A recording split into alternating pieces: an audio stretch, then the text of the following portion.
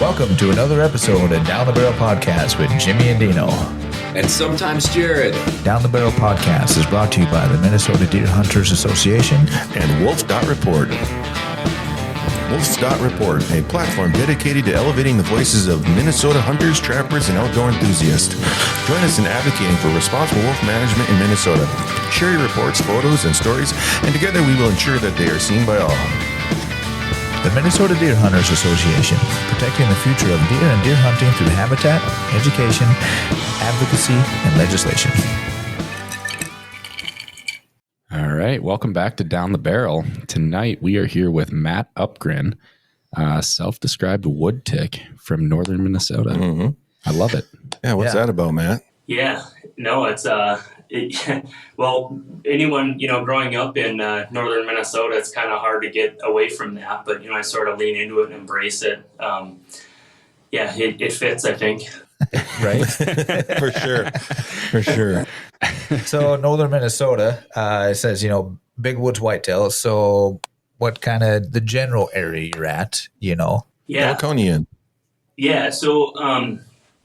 First of all, I was born and raised up here, kind of in that in Beltrami County, but I hunt kind of Beltrami over into Itasca and Couchiching counties. Really, we do a lot of our rifle hunting up in kind of that northeast side of it, and I also do quite a bit of bow hunting, hunt public land in all three counties. So that's kind of the area I'm in, and really cover a range of habitats in those counties. Okay. Mm-hmm. So is hunting kind of your main gig? I do have a day job. Okay. Kind of got into this, the whole YouTube thing. It's funny. I again, born and raised in northern Minnesota. I ended up going to college out at UND in Grand Forks, and got a degree out there in civil engineering, actually. But I found myself, you go through the phases of life, and always been a whitetail nut, and I found myself searching for content online that was more big woods related, kind of that public land, vast wooded forest type application, and there's really not a lot out there, to be honest. I grew up watching some of the Benoit videos. I don't know if you guys ever watched them.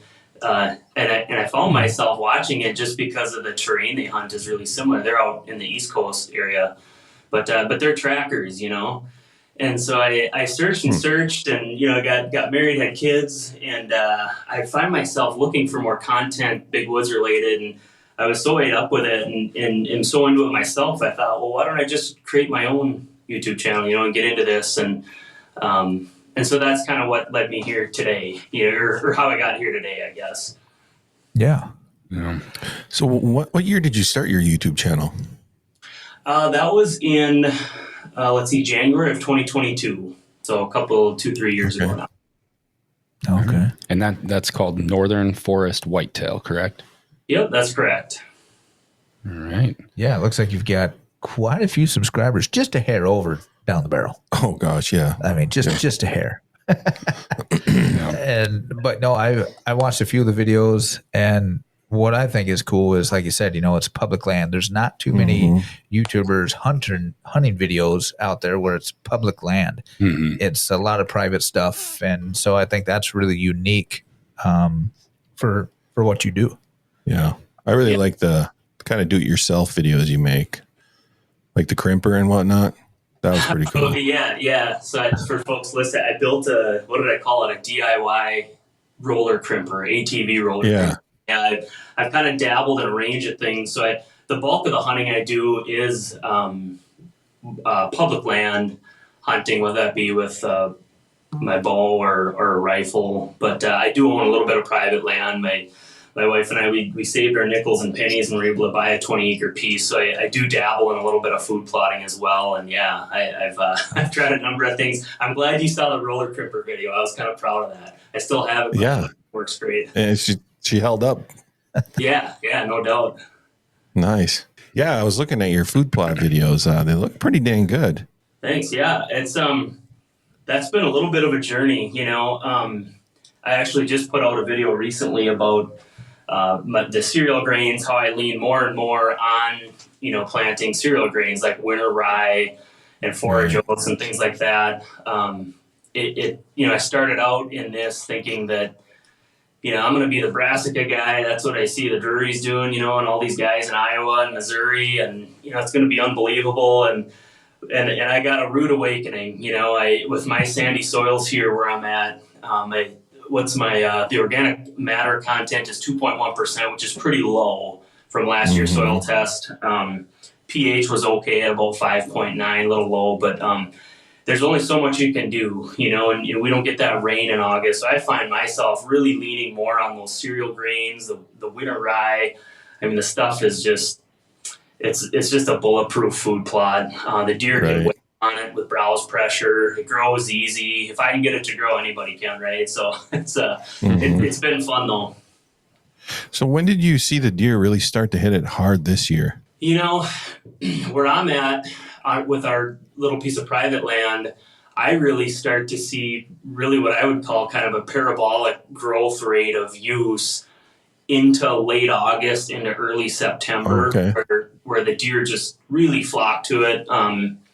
There's higher deer numbers here where my home is than, say, up in northern Itasca or Koochiching counties. The densities are extremely low up there. We're on public ground over there, totally different deal. But around here, I see them come on early. And the thing to keep in mind, though, is I've got almost no competition where I'm at, which is nice. The bar is set very low in my neighborhood.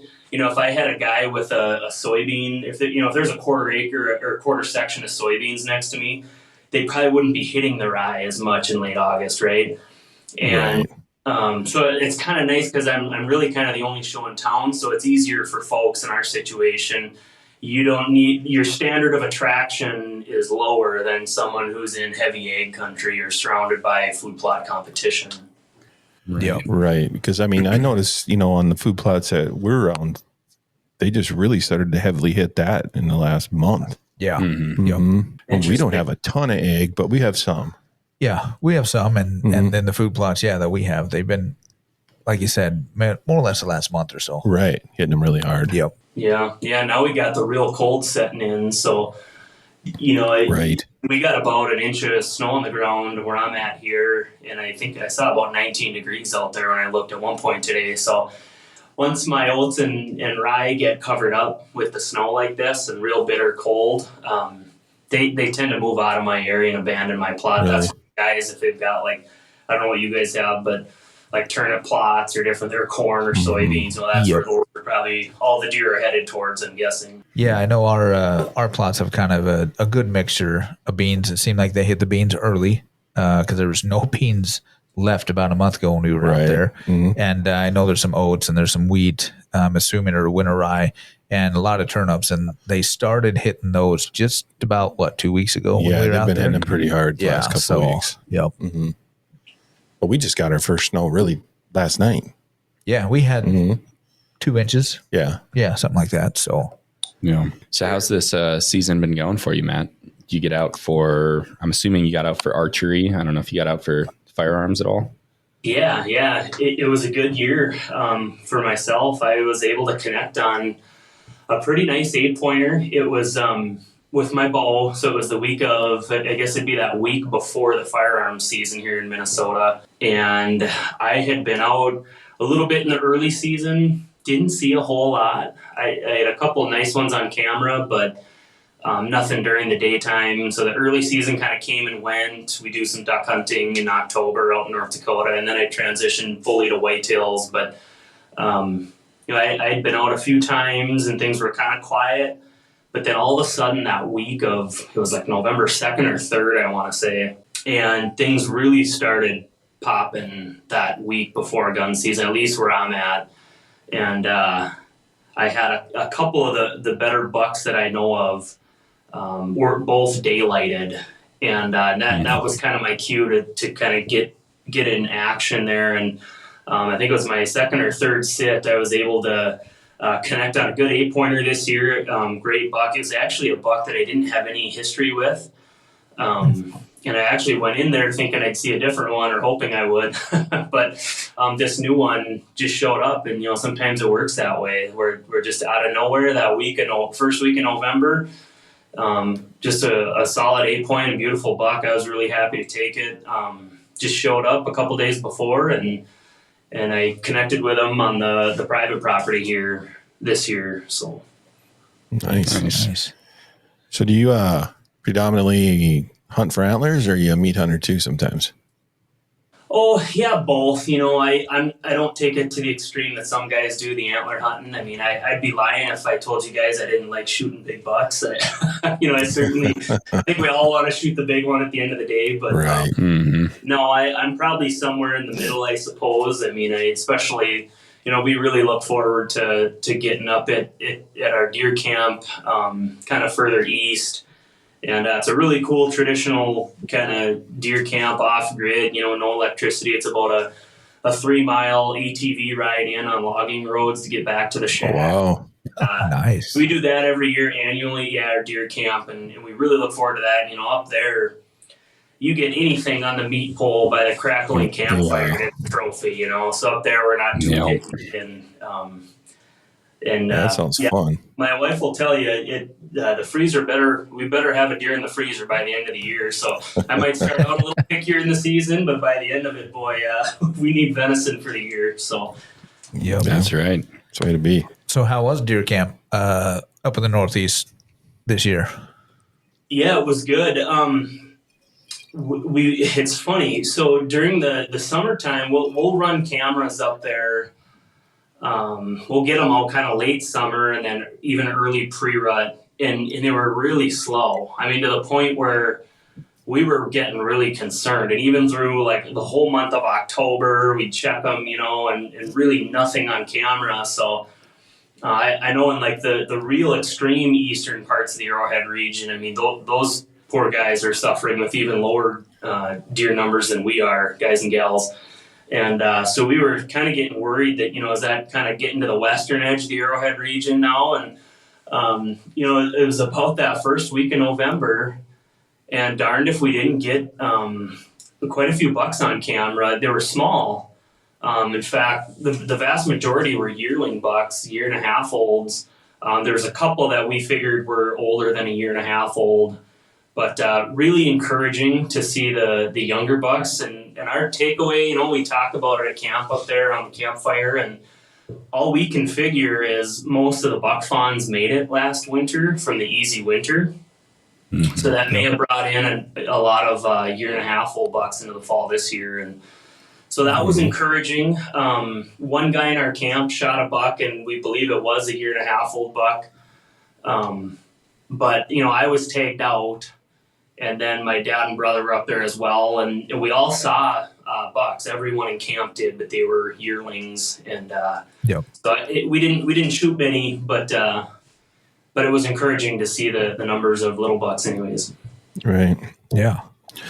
I think we could say the same thing. This is the first year that we've seen way more bucks, young bucks, than does. I mean, we barely seen a doe this year. 2, right? At least while hunting. Yeah. Yep.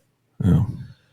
Our cameras show a different story, but the cameras are always telling good things. Yeah, if we could get one more easy winter here, or even 1 or 2, and so far so good. Where I'm at, what do we have, 1 inch of snow roughly, and if we can get another easy winter or 2, I think for us that have been fighting the low deer numbers in the Arrowhead region, our day may come. We always remain hopeful that it can get back to like it used to be someday. But I think if we can get 2 winters in a row, that may do it. Yeah, well, I think just between last night and today, we've already surpassed last winter. Pretty much, yeah. Snow cover, it's got to be close. Well, Matt, the reason that we know you and asked you to be on here is you've written quite a few pieces for our Whitetails magazine over at Minnesota Deer Hunters Association. Yeah. They've been some very good pieces, some popular pieces. Yep. I don't know if you want to talk about any of your favorites that you've written or anything like that. Yeah. Let's see. I've written a handful here recently. something about the Northland, the North Woods has always kind of drawn me back. And after many years of kind of, I don't know, even as whitetail hunters, there's different pressures that kind of push us and pull on us. And, one, being a young man, maybe you guys have been there, but it can be tough, hunting in Northeast Minnesota or the North Woods or anywhere in Minnesota for that matter, when the age of social media where we see your buddies posting pictures of big bucks, and there's high deer densities around the state and low deer densities, and it's never an equal balance, so you go through life and there's kind of these pressures and different things pulling at you, and at the end of the day, it's been really important, I think, for myself, and I consider myself lucky that we've had this camp up in northeastern Minnesota. We don't always see the most deer and we don't always shoot the biggest bucks, but that's been kind of an anchor through my whitetail hunting career. And, and at times when I was in high school and college, I looked at it as I don't know, almost a drawback at times, where you feel like I need to, my buddies are shooting bigger bucks elsewhere. I need to do something else. But at the end, I kept coming back, and I'm so glad I did, because, whitetail hunting is about so much more than just inches of antler, and keeping those traditions alive. That's something that now I'm fully on board with, and I got a couple young sons myself, so that's been really important for me. And I write about some of this stuff in the articles with MDH, and when you really kind of get down to it, it's really such an incredible experience. I mean, you can get back into some of these public land areas, and you won't see the most deer compared to the guys doing it on food plots or you see on TV or things like that, but you got these areas to yourself in a lot of cases. I talk about the swamp islands. That's one of my favorite things to hunt. Yep. Up here in northern Minnesota, we got a lot of them on public land, even on private land. And I absolutely love using those swamp islands as a funneling feature in the real kind of big, vast wooded regions of public land with low hunter density and low deer density.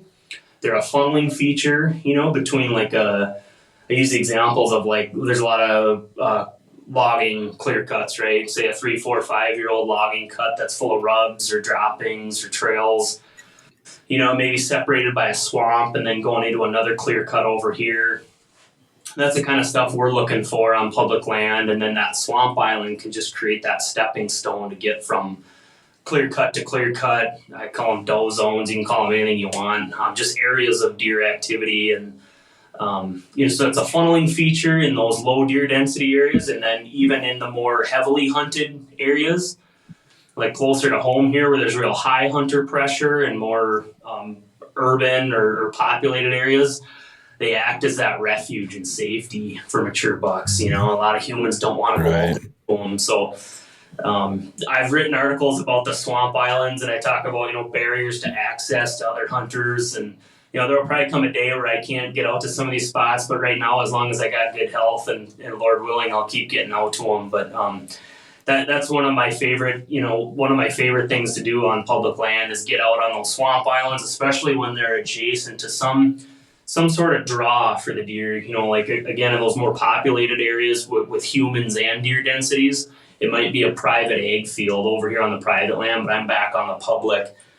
And this is where those mature bucks want to be anyways, those 4 or 5-year-old bucks. They don't want to be up where the cars and houses and four-wheeler trails are around the cornfield. They're going to be bedding back here on the public, in the super, super thick cover, alder swamps, things like that. So that's kind of my bread and butter with, what I'm looking for on public land. And, it's served me well.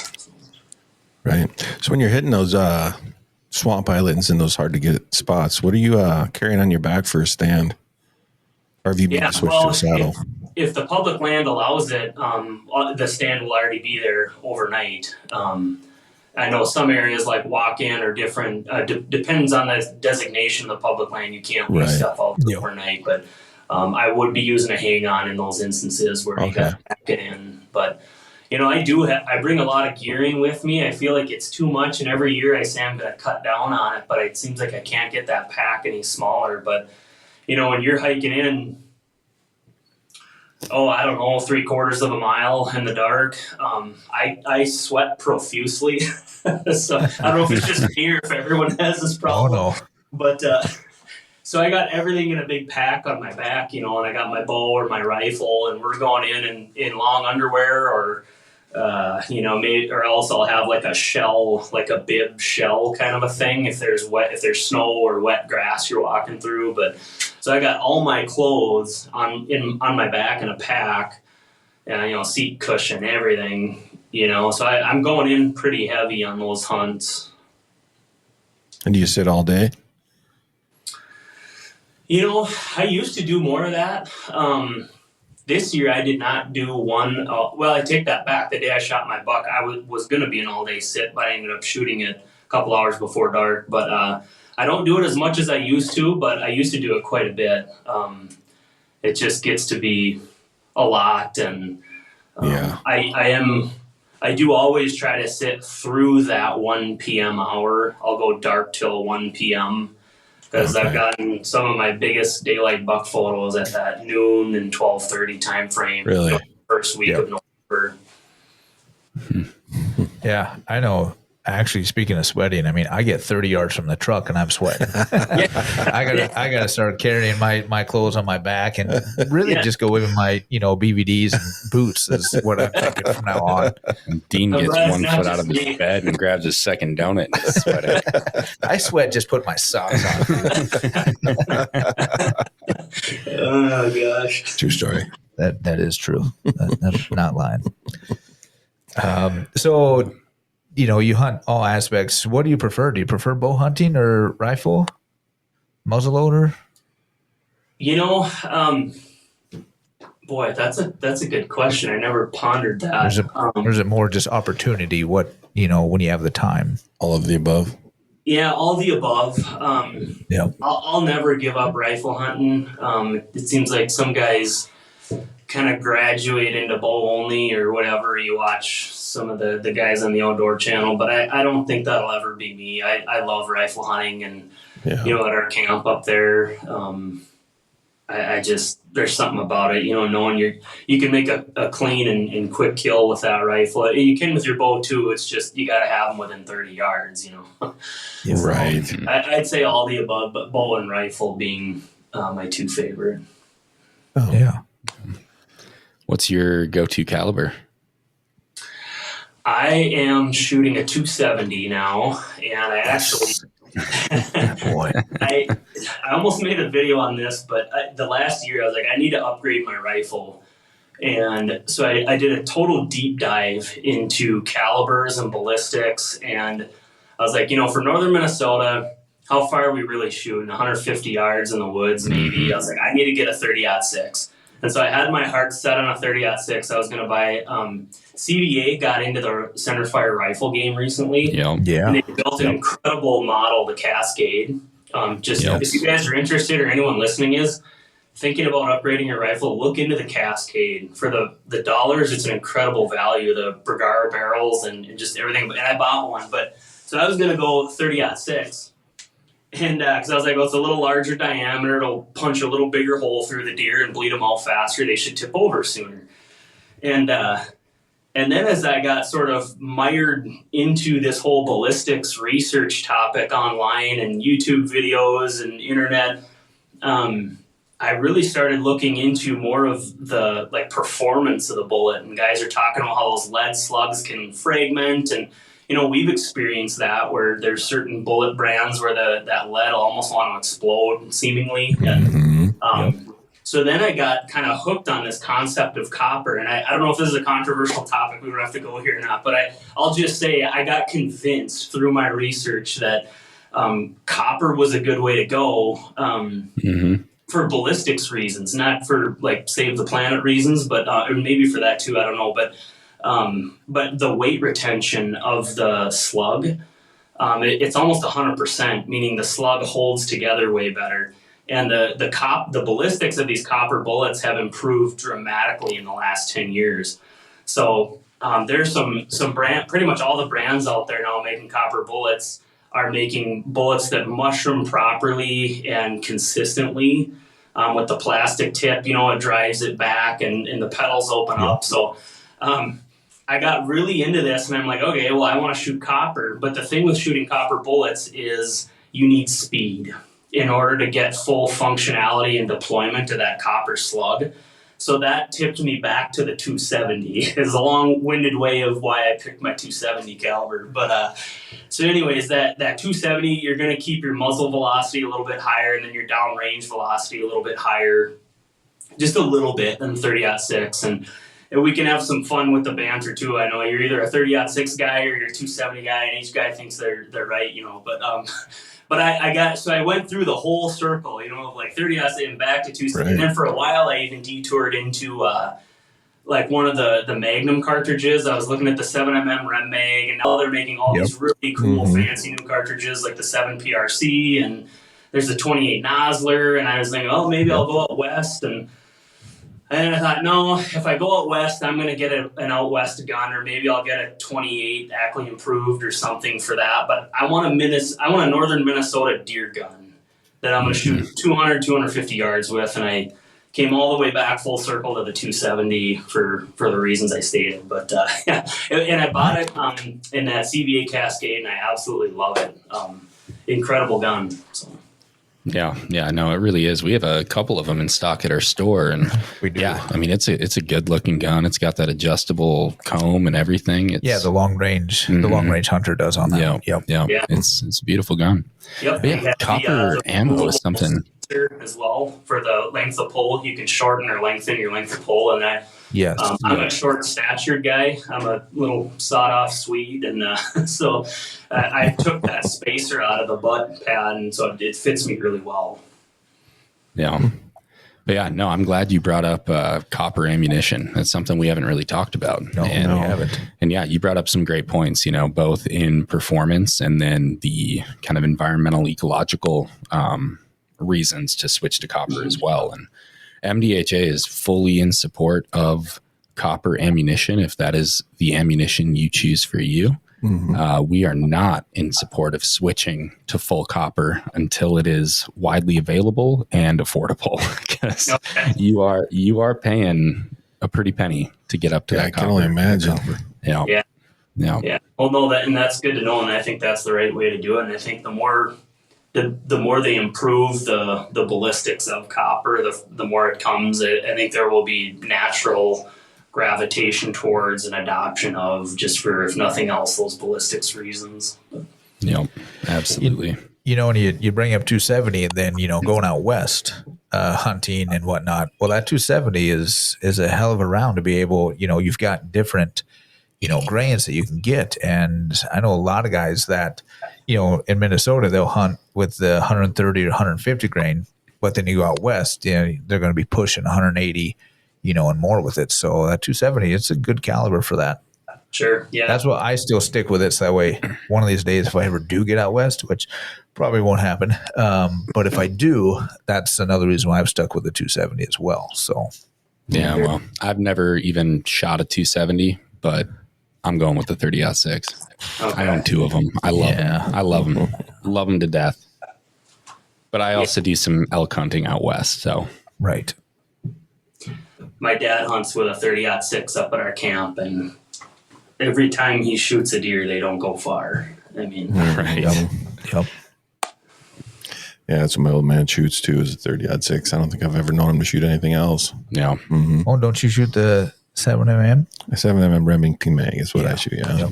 So I don't fit in either of your groups. You mentioned that. What made me shy away from the 7mm Rem Mag was the recoil, and I'm again kind of a smaller statured guy. I don't know, has that been an issue for you or no? Not any more than I would say a 30-06. I always thought the 30-06 was a little bit worse myself, but maybe it's just I have too. Yeah. I've always thought the 30-06 was worse, but I've shot guns. Well, that Savage is yours. I didn't think that kicked. Savage. Or was it no? Oh, the 30-06? Yeah. That's a Remington. 783. I didn't think that kicked any worse than my 308, honestly. See, I hate that gun, and I think it kicks like a mule. Oh. But then I've got the Christensen Arms 30-06, and the recoil on that is nothing. I love that gun. We're going to have to shoot that gun. Yeah. Yep. I'd like to. But Because that's a pretty light gun too. It's isn't very it? light. It Yeah, is light. carbon, It's carbon stock. Yeah. Right. It's kind of surprising that MDHA gun of the year 2024. Mhm. It's a great gun. 25. It says 24 on the gun. 2025. But Well, then there's a misprint on my gun. That could be. That's one of a kind, sir. Yep, that is That's one worth of a more money. That was the first one we did. So Yeah. that was our sample. Yeah, that's right. You hope. Right. So your archery, what do you use for a bow? Yeah, for my bow, I'm shooting Matthews Halon 32. So that's I don't remember what year that one came out. It's several years old now, but man, that thing's smooth, shoots like a dream. I picked it up at a Shields in Fargo. It was used when I bought it, but it was in really nice shape, and man, it's worked great ever since. I don't get too carried away with fancy arrows or things like that. I do shoot a little skinnier arrow. I think I just get the Easton Axis from a Shield off the shelf and That's cut what I it shoot down. too. Okay, yeah, they work great. And you can drive tax those things and killed a lot of deer with them. So, but You I guys do. go shooting Matthews. Yeah, I did start putting. And I'm sorry, I'm switching topics to the front end of the arrow here, but I started using Ramcat broadheads. Have you guys ever shot those? I've heard of them. I did a side-by-side comparison one summer because you know what I mean? You know, we get so wound up about broadhead sharpness or blade diameter this or arrow that, and in my mind, like none of that stuff matters unless it's accurate. Like you got to hit where you're aiming, otherwise expandable, fixed blade, all that stuff comes second in my mind, my simple mind. And so one summer I did a side-by-side comparison of I said I'm going to bite the bullet and open a pack of these Ramcat broadheads, some Muzzy Trocars and some Slick Tricks, and just waste one of the broadheads from each pack and just shoot them over and over and try to see which one I think is the most accurate. And I know this can depend on like if your bow is properly tuned or not, or different things, but it seemed like those Ramcats were outperforming it solely in the category of accuracy when I was shooting it as compared to my field points. So they seem to most closely follow my field points. And if you read online about them, they say they have I don't know what it's called, an airfoil technology, I believe they call it, where they have these kind of concave scoops in front of the blades that it creates like air turbulence, so they fly more accurate. And when I first read it, I thought, well, that sounds like a gimmick, but I'll try it. And now I'm kind of a believer. There might be something to that, but so I am a fixed blade guy, though. I quit shooting expandables years ago. That was going to be my next question. Are these fixed blade or are they expandables? Yeah, I just used to shoot Rage years ago, and again with a shorter draw length, you're shooting a little slower arrow, and it seems like those Rage 2 blades and things, you really need power and speed behind that arrow to drive them through the deer, and so I switched to fixed blades years ago, and I've never looked back. And not that I know a lot of guys that are on the other side of it and they only shoot expandables and they think I'm crazy, and so I'm not saying I'm right. This seems to work for me. I just like that contact. You're slicing meat instantly when that thing hits the deer. So right. And it's the whole package. It's the bow, it's the arrow, it's the broadhead, and when you find what works for you, like you said, there's no turning back. Stick with it. That's right. Yeah. Yeah, I've always shot fixed blade, but I recently switched to some expandables, and just because I found better accuracy with my expandables. I do have a mix now, but it's tough. I find it tough to find a fixed blade that flies as good as I'd like it to. Right. Yeah. Mm-hmm. Yeah. I've never shot a Ramcat, but I'm using the Rage hypodermics, and just like you said, they seem to match my field tips the best. Right. Yeah. So same logic there. That to me that's the most important thing is you got to have something that flies accurately with your field points. So Yeah. Otherwise, Yep. if you're not hitting the deer where you want to, boy, it doesn't matter what you're shooting, you're gonna have trouble. So. Right. So yeah, and I think it's very important to just shoot your broadheads, your real broadheads, not those practice points. Yes. You have to shoot them, otherwise you have no idea where that arrow is going to go. Exactly. And that's what I found too, is a lot of people will, you'll sight in your bow, you'll get really good with your field points. You switch to your broadheads and you're pretty good at 20, 30 yards and you think you're good, right? Yep. But they're going to react so different for those 40, 50 yard shots, you know? So get out there and practice. Oh, for sure. 100%. With your actual setup. Right.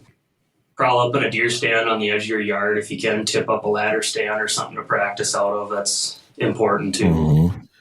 Yeah, that's what I used to do. I had just a portable about 2 feet off the ground just for that reason, and then I put up another portable probably about 18, 20 feet just to get the angles right and everything and practice out of a tree.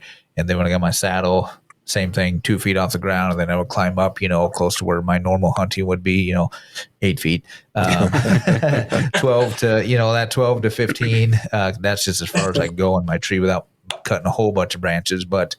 And that was the key is, just to get, used to it and how you shoot, because every stand is just a little bit different. Every platform is different. I know I really started switching. My last portable was a Hawk Helium. Yeah. And it had a little bit smaller platform than I think it was Guide Series or something. So it's just getting used to that platform and, where to put your feet and everything like that, how to stand up, different seats. I've hunted I like the Millennium stands, but their seats are so comfortable but they're so big that you have to stand up and scoot back, although they have a huge platform, but it's just a different way of shooting out of them. So and that's what you got to do is I just don't think there's enough people that practice enough out of them. Right. Well, and I feel like, I'm beating a dead horse here, but we all kind of are, practice is so important. Yeah. And that practice that you're doing in August in your t-shirt is a lot different than the shot you're making in December in your, what's the thing? I have the, one in the bag or half in the bag. Yeah. It's a lot different. You got layers on, you got to practice in what you're going to wear. I experienced that at Camp Ripley, like our third year. We had a cold snap. And so we threw on extra layers. And I mean, I felt like the Michelin Man. I think that year I had a new suit. And so it was just thicker than everything I've ever hunted with. And that morning I got up in the stand. There was no deer, but I tried to pull back and oh my God, it was tough. Yeah. And I was like, I'm going to smack my arm. I know it. And then, so there are times in early fall, I'll get my coat out if I know it's going to be a cold, if they're predicting a cold winter, and I'll shoot, 15, 20 arrows. I did shoot 15, 20 arrows. I've been slack in the last couple of years, but I did practice with almost everything I had. Gloves, no gloves. That makes a difference too. Right. Oh, big time. I thought about trying to practice with a real light glove on because I don't know if it's as I get older, if it's always been this way, but there's those instances where you see a doe or something and it's bitter cold out and you got to grab your bow. And it's a real problem, honestly. You got a bare hand exposed in the cold, and it's 19 degrees out or something, and you're waiting, seeing if there's a buck coming, or maybe they're milling around. And so that's one thing I have thought about doing is wearing a real light glove and practicing with it, because it's just been, my setup is I'll have like the hand muff, clipped on, or I'll put my hands in with a couple of hand warmers in there, which works great. But the minute you grab that bow, that's a business idea for someone I thought of. If you could figure out like a stabilizer you screw in with like a button that like warms the bow limb or something. There you go. Stick like hand warmer, man, I would love that because your hand is numb within 30 seconds or so. Your fingers. Oh, for sure, right? For sure. Anyways, that can't be hit that hard to do. Just a heated bow grip. The problem is they have to be thick. Unless you can do a thin one. Well, you can do a thin one, but run a wire through the whole the thing. battery would be the weight. Yeah. Run it through your stabilizer. The batteries are in the stabilizer. Boom. And there then you go. And then you've got the heated, and it just has to be that thin little pad. Yep. There.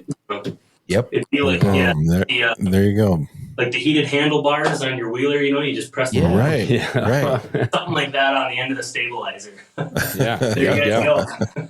I love it. Yeah. Well, other than heated grips on a bow, if you could wave your magic wand and change or enhance, improve one thing about deer hunting in the state of Minnesota, what would that be? Oh man, to improve it. We're lucky to live in this state and have the opportunity. Amen. So I almost hate to even. I don't want to sound like I'm going to complain in any way, because we really can't. But I guess then maybe this is kind of a cop out. But just seeing more deer, if there's a way to see more bucks, right? But and everyone wants that, right? But Right. That would be one thing, but we're so lucky to be where we are here. If you really think about it, we regularly have 4 bucks get to 4 and 5 years old. Yeah. I think I would love it if we could do something for the guys and gals grinding away up in that real extreme Northeast up in the Arrowhead region. Deer numbers wise, I think those folks have been through kind of a rough patch here with just overall numbers. So that's one thing that I think would really help the traditions and camps up there. So that is one thing. But statewide, we have the opportunity to hunt 4-plus-year-old bucks. And again, they're not common. They're not all over the place, but they do exist.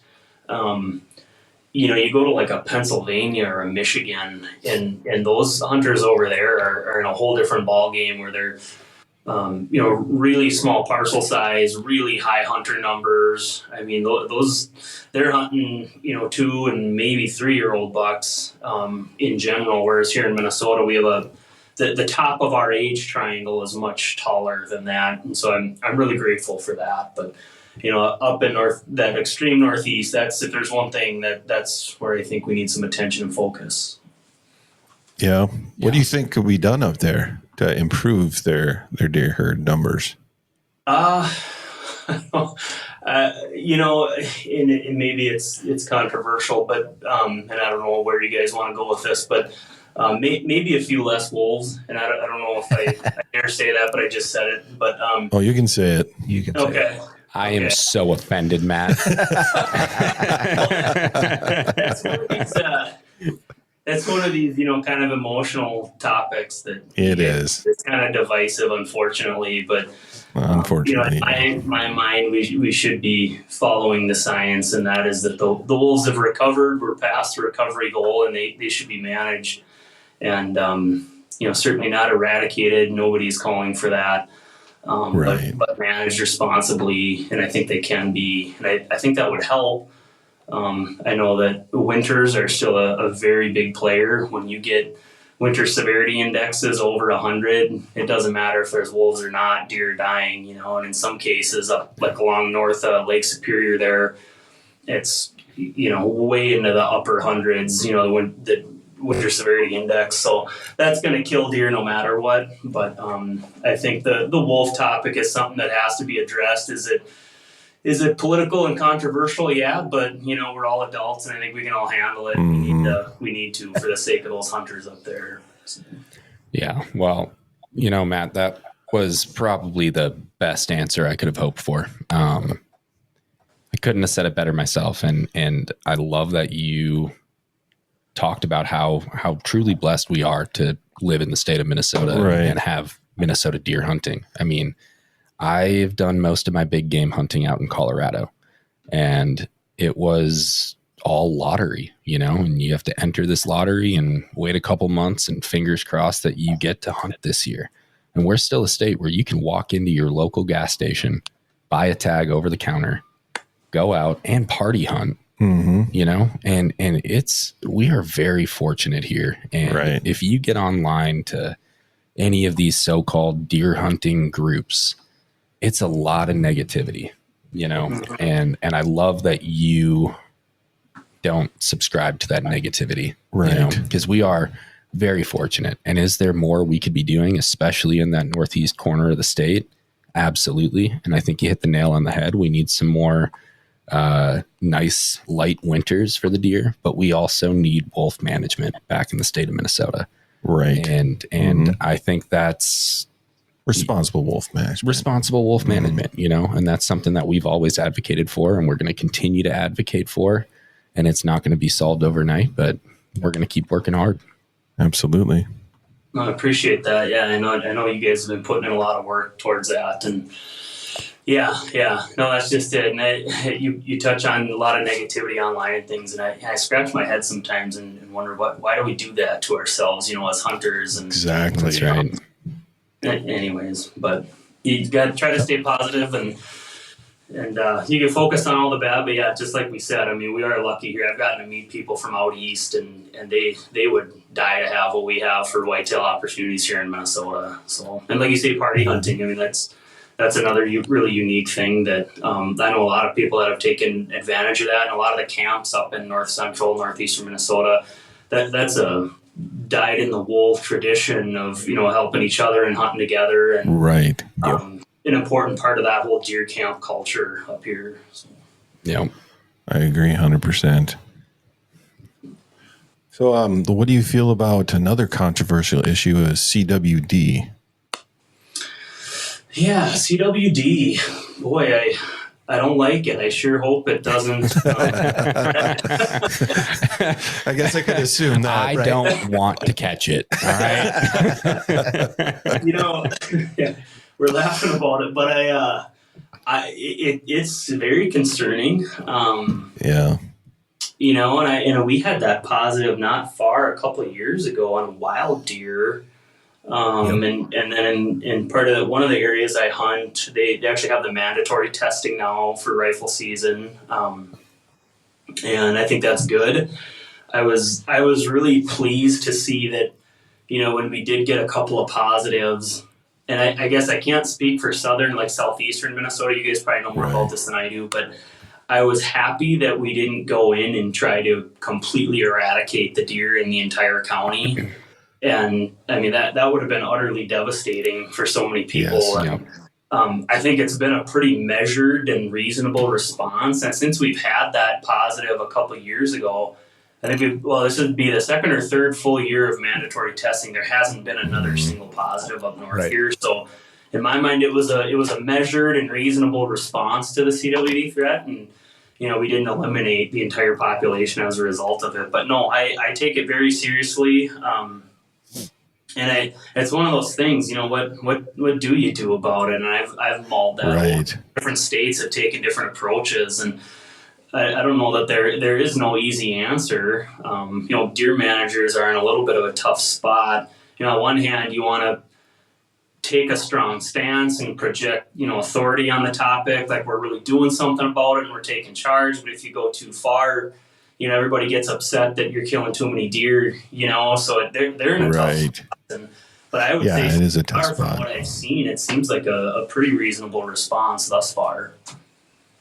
Yeah, it has been effective. I mean, just look at the case numbers, it's been kept about as under control as it can be. And there's been some intensive harvest areas where some folks have felt that harvest was a little too drastic, but look at the positive numbers, we've kept it under control, and then you compare us to a state like Wisconsin, and they kind of took the let it run its course route, and it's everywhere, Yeah. It's crazy. Which is the last thing we need here. Are we any closer to a rapid test on that? Have you guys heard? I thought the U of M had grant funding to try to develop because I would like that, to be honest. Yeah. So the U of M was working on the anti-mortem test, the live test, rapid test, still is, but it kind of split off, and it's now this private company called Priogen. Yeah. Actually, one of our former board members is part of running that company. And they have a very effective test. They are just kind of going through a few more trials and waiting on that FDA approval. USDA? I think it's USDA for that approval. yeah. yeah, once that approval comes through, I think, obviously there'll be some manufacturing time and all of that, but I think we're very close. I'm hopeful. Yeah, that'd be great. I'd be shocked if it wasn't within a year or two, honestly. I hope so. Mm-hmm.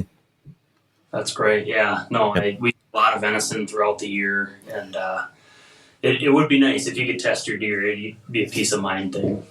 Yeah, It would. And I think they said you could test the meat even, right? Yeah, there's a tissue sample, Right, even a just anywhere, live really. tissue sample. Right. Yeah, you just take a piece of any muscle. Mm-hmm. Yep. So very hopeful. But yeah, back to kind of the traditions of deer camp. How great was it to harvest a deer and have the tenderloins that night? And I personally don't do that anymore. I wait for my CWD test to come back. I do. I don't. You don't? No. Yeah. I take mine to a processor, so. Right. Can you stop walking in circles and sit back down? We're having a conversation here. Right. No. I mean, I haven't seen any of my deer doing weird things out Right. in my place, so Right. I feel pretty safe. Yeah. Yep, I do too. And to this day, there's still Oh, we lost Matt again. Damn it. fuck you, Matt. Oh, his sound is still working though. I heard that. Yeah, I don't know what's going on because there's like no warnings, no nothing. He's just fucking Could be gone. his router. Could be. Of course, we're getting pretty close. Yeah, we're almost to now. So you guys can't hear me. That's enough ice. Get out of here. Grab that one. You grab that one. There he is. You guys got me? We lost you again in the heartbeat. You were gone. I fixed my head. I'm back now, though. Yes. Yes. Yeah, you're back. Can you see us? I can see you guys. Yep, I got audio. So. Okay, what were we talking about? Traditions of deer hunting. I think Yeah, mine to a processor. How I wait for that test result to come back before, I've got young kids. I get it. I mean, I get it. But I mean, there's no proof that it actually transfers to humans. Never right? been a case of it transferring to humans. No. Right. But that doesn't mean it couldn't happen. You know? Well, I think because of the work that Minnesota is doing, we're definitely pushing back against that happening. Right. I mean, just because the cases in our area, because we are in a CWD zone, have not increased. Right. I think what they find 2 deer total so far. I want to say it's only been 2 since. I think so. I haven't heard anything this year. I think it's just been the Nothing 2. yet. Yeah. Mm-hmm. And I get a lot of flack for saying this, but the expert in the state of Minnesota is Dr. Osterholm. And he has said that it's not impossible for CWD to jump to humans. Right. And I have said that on the record. And therefore I'm, anti-science or whatever, because I'm saying this because science is supposed to be repeatable. Right. Right. But if you look at the science, we're not talking about repeatable in that CWD has jumped to humans, so now it could again. Right. We're talking about how diseases spread, and diseases have been have in the past been not detected in humans, not transferred to humans, and then one day there's some variant, and they can transfer to humans. So that is repeatable, right? So what Dr. Osterholm is saying, and what I am saying, is that we cannot ignore the fact that it's a possibility. Right. Right. Mm-hmm. And so we should do our due diligence. We should take every precaution we can. We should try to mitigate the disease where we can and hopefully prevent that from ever happening. I'm not saying it will. I'm hoping it doesn't. Right. But let's Absolutely. take our precautions now while we still can. Mm-hmm. Is that why you haven't got a deer yet? Precautions. That is a low blow. Definitely precautions. No, I have not gotten a deer because of lack of precautions that have led to 3 small children. True story. That have kept me out of the stand. I've spent a full, probably 2 days cumulatively in the stand. Yeah. But that'll change come muzzleloader here. Right. Yeah. Looking forward to that too. Do you muzzleload at all, Matt? Or Yeah, I'll usually break out the muzzleloader towards the end of the season if we got tags left to fill, my wife and I. But I dabble in it. I'm not like a muzzleloader nut or anything, but I have one, and I sight it in every year, shoot it, so I'm comfortable with it. And maybe 50% of the time I'm using it year to year, every other year. So. Yeah. I've got the barrel for my pro hunter. I think I've actually hunted with it twice. I've shot it 20 times, but over the last 5-6 years, it's been sitting in the safe in the corner full of boar butter. I haven't even got it out. Last year I took my bow out when you were muzzleload hunting. Yep. And the last few years, I've just wanted, it's like, you know what? I got a bow tag. I want to use that. And then last year I got the crossbow. And so it's like, I got that archery tag. I want to use that. But if I were seeing them, a little bit further away all the time, then it would be like, okay, yep, let's break out the muzzleloader. But until then, I don't know. There's something about, using my archery equipment and getting a deer that way. Yeah. Although you've been really successful with your muzzleloader The last couple of years. It's just because the weather seems to be right in muzzleloader season anymore. Yeah. Just too dang warm during the rifle season. And I mean, like last night, for example, our first snow, end of the season, rifle season. Yeah. So muzzleloaders season's looking better to me. Right. Mm-hmm. Yeah. Temps are going to drop, and come Saturday, I'm gonna try to be out there. Oh yeah, me too. The kids stay healthy for more than 5 minutes. Right. That'd be nice. Right. You need to just tell. I'm assuming you're married, but so I have 3 little kids and another one on the way actually. But you just got to tell your wife, like, I'm gonna take you out to dinner, and I'm gonna do all the dishes and take care of the kids for like the next 3 nights in a row if you let me go hunting for these next 3 nights in a row. And that's right. Real strategy there. Get the wallet out, take her out to dinner or something.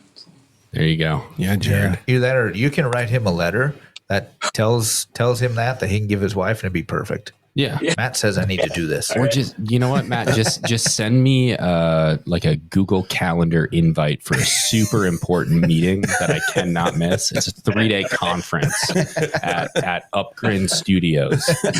No, it's a 3-day conference with Northern Forest Whitetail, and I've got to be there. Sorry. Yep. It's very important. There you go. We can help you out. Yeah, get you out there. But no, I had a horrible thing. Speaking, you brought up muzzleloaders. The inside of my barrel completely rusted last winter. Yeah, that'll happen. I couldn't believe it, and I tried a bunch of stuff to get rid of it. And you go online, and it's funny. Everyone's got their own little ways of doing things, and you'll read this thread, and it's like, oh, you got to use Windex and some other thing, household cleaner, and that's the only way to go. And then you'll talk to someone else, and board butter is what you need. Then you go to the next one. It's like, board butter stuff sticks to it, so you don't want that. So I tried a whole bunch of different things, cleaning the inside of my muzzleloader barrel. Let it sit for a couple of weeks. It rusted again. Yeah. And it wasn't until at one point I ended up with the garden hose, running the garden hose down the inside of the barrel because there was like built up gunpowder I was reading, but I wouldn't recommend that for viewers at home. A wise choice. But I ended up just using some like Hops No. 9 bore cleaner, and that did it for me. I tried the fanciest like solvents and everything, and then it ended up being like the cheapo Hops No. 9. Right. It's been around forever. Yeah. No, I've used that bore blaster. Yeah. Like aerosol can. That works pretty well. But the number one, 100% of the time it gets the rust out of your barrel. Okay. Throw your muzzleloader away. Buy a new CVA Optima. There's no rust on it.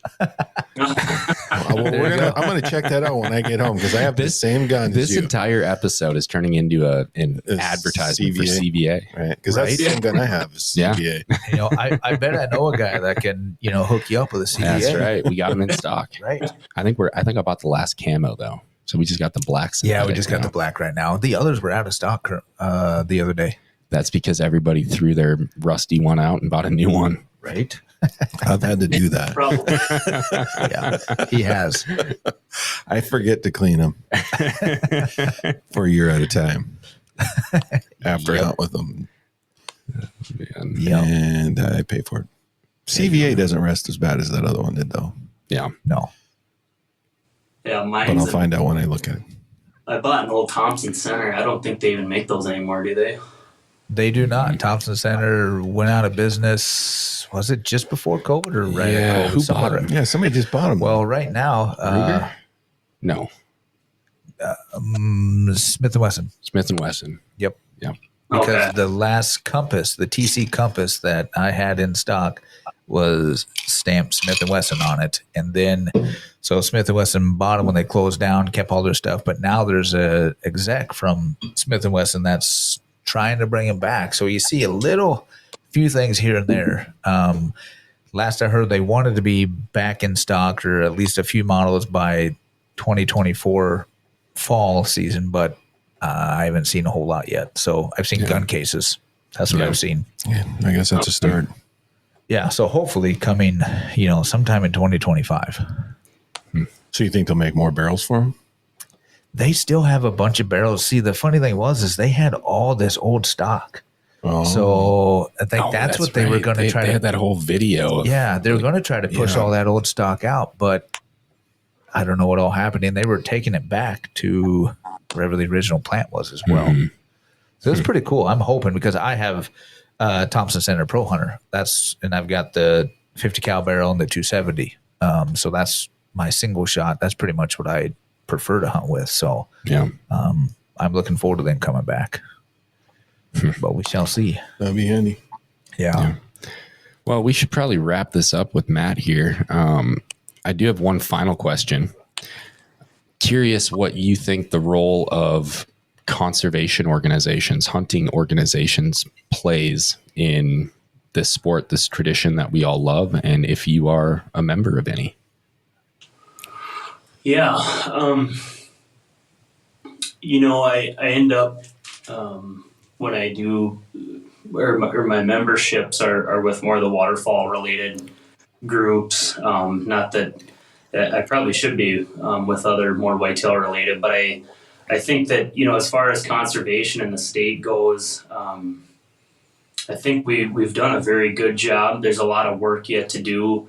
One conundrum that I've scratched my head over a little bit is, I guess there's two of them. There's the whole recruitment topic of Minnesota's trying to do the R3 campaign, or maybe I said that slightly wrong, but there's that kind of conundrum that needs to be solved. But then also just the hunting opportunities, and I think I might have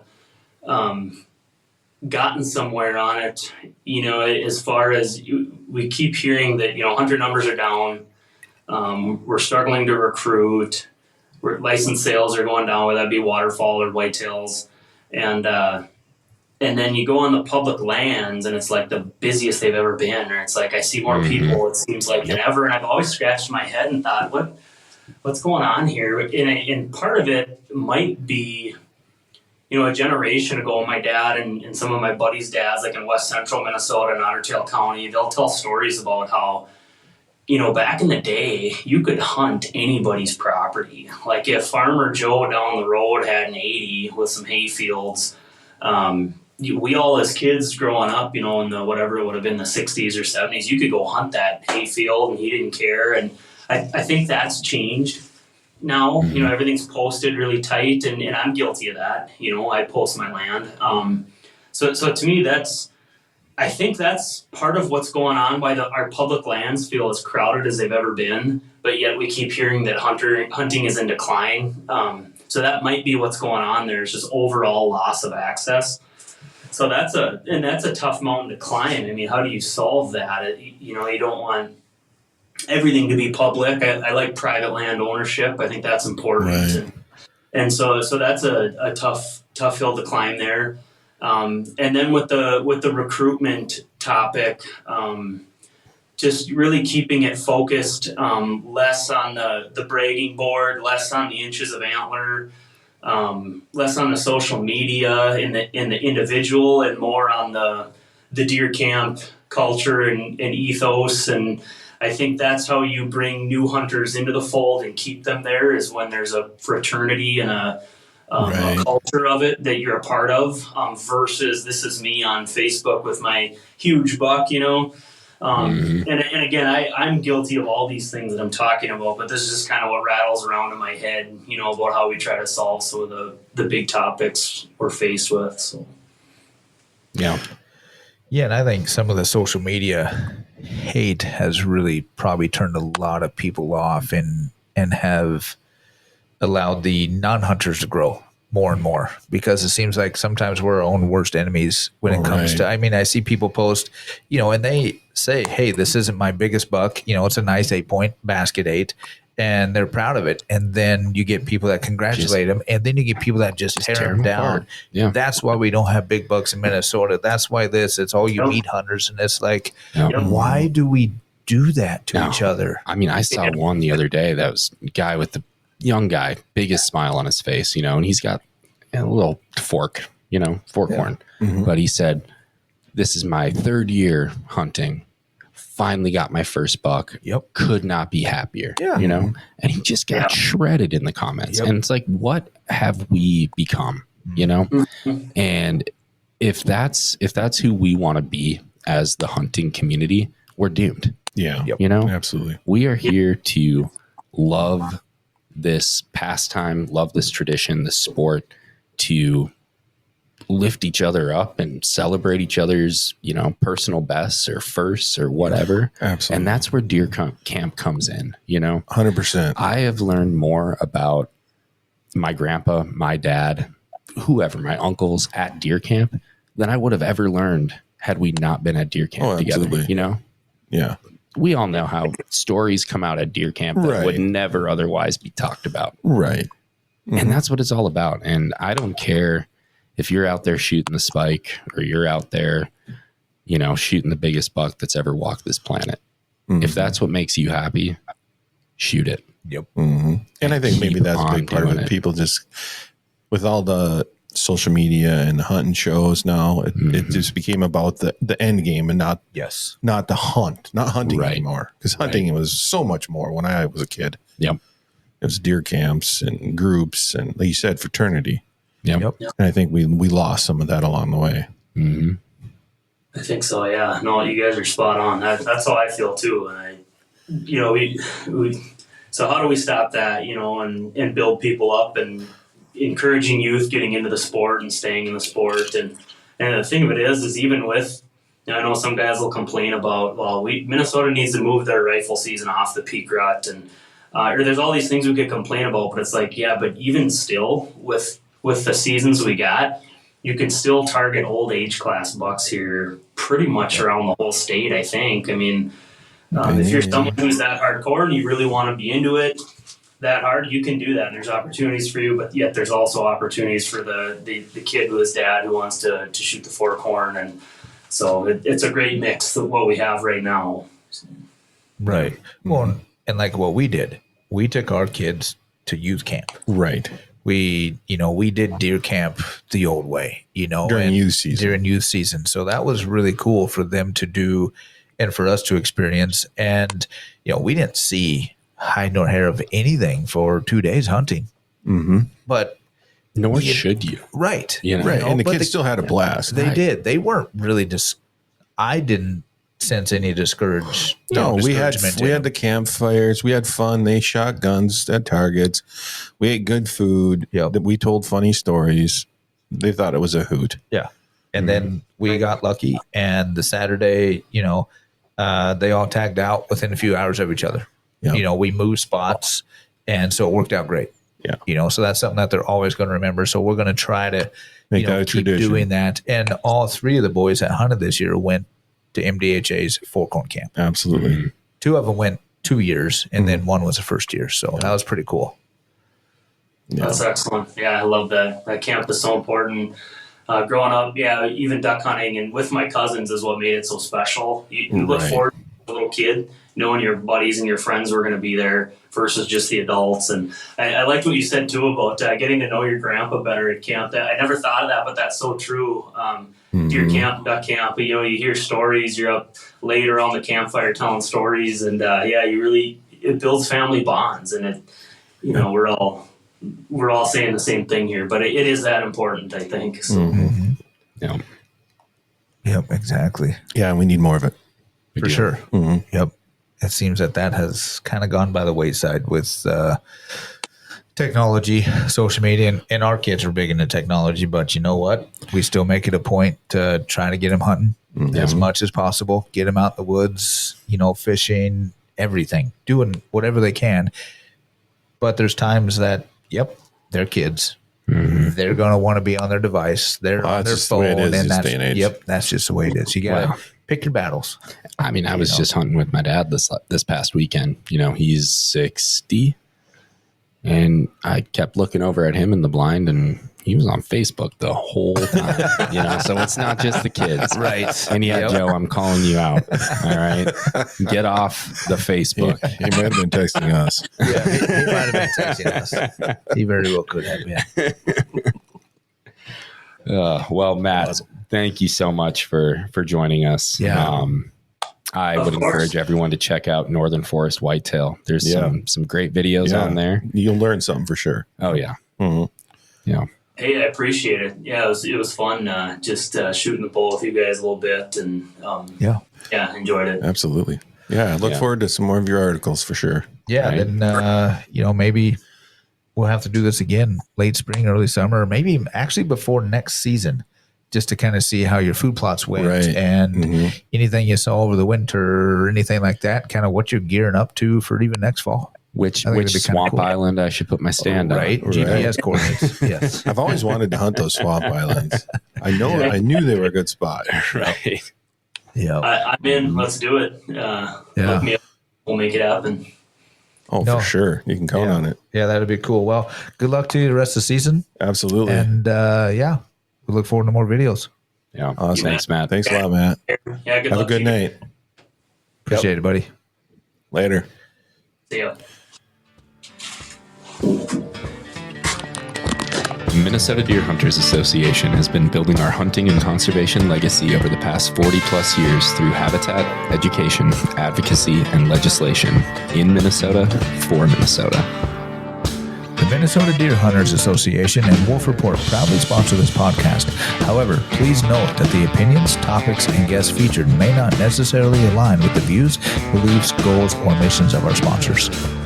The views expressed by Jimmy and Dino and podcast guests are solely their own and do not represent the Minnesota Deer Hunters Association and Wolf Report.